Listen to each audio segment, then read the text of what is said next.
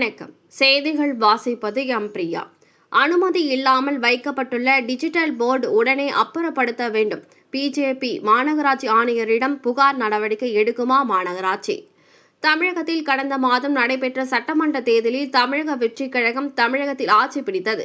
தமிழக முதலமைச்சராக விஜய் பதவியேற்றார். இதனை கொண்டாடும் வகையில் தூத்துக்குடி மாநகர் பகுதி முழுவதும் பாலை ரோடு, விஇ ரோடு, தெற்கு cotton road, Anna Nagar, எட்டாயபுரம் road, குரு பர்னாந்து சிலை அருகே திருச்செந்தூர் ரோடு உள்ளிட்ட பல்வேறு இடங்களில் டிஜிட்டல் போர்டு வைக்கப்பட்டுள்ளது. இந்த போர்டுகள் பொதுமக்களுக்கு இடையூறாகவும் வாகனத்தில் செல்பவர்கள் திரும்புவதற்கு சிரமப்படுவதாகவும் கூறப்படுகிறது. முன்பெல்லாம் டிஜிட்டல் போர்டு தூத்துக்குடி மாநகரில் வைக்கப்பட்டால் 2 தினங்களில் எடுத்து விடுவார்கள். ஆனால் கடந்த 6 நாட்களாக தமிழக வெற்றிக் கழகத்தினர் வைக்கப்பட்டுள்ள டிஜிட்டல் போர்டு இன்னும் சம்பந்தப்பட்டவர்கள் டிஜிட்டல் போர்டுகளை எடுக்கவில்லை.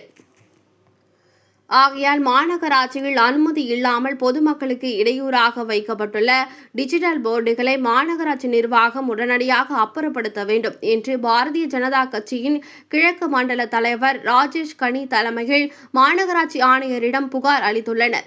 உடன் பல்வேறு பிஜேபி நிர்வாகிகள், மாவட்ட ஊடக பிரிவு நிர்வாகி ஜெயக்குமார் உள்ளிட்டோர் சென்றனர். தொடர்ந்து பொதுமக்களுக்கு இடையூறாக அனுமதி இல்லாமல் மாநகர் பகுதியில் வைக்கப்பட்டுள்ள தமிழக வெற்றிக் கழக டிஜிட்டல் போர்டுகளை உடனடியாக மாநகராட்சி நிர்வாகம் அப்புறப்படுத்துமா என்பதை பொறுத்திருந்துதான் பார்க்க வேண்டும். பல்வேறு வகையில் அனுமதி இல்லாமல் வைக்கப்பட்டுள்ள டிஜிட்டல் போர்டுகளை மாநகராட்சி நிர்வாகம் அப்புறப்படுத்தியது. இந்த போர்டுகளை மட்டும் ஏன் மாநகராட்சி நிர்வாகம் அப்புறப்படுத்தாமல் வைத்துள்ளது என்பது கேள்விக்குறியாகவே உள்ளது.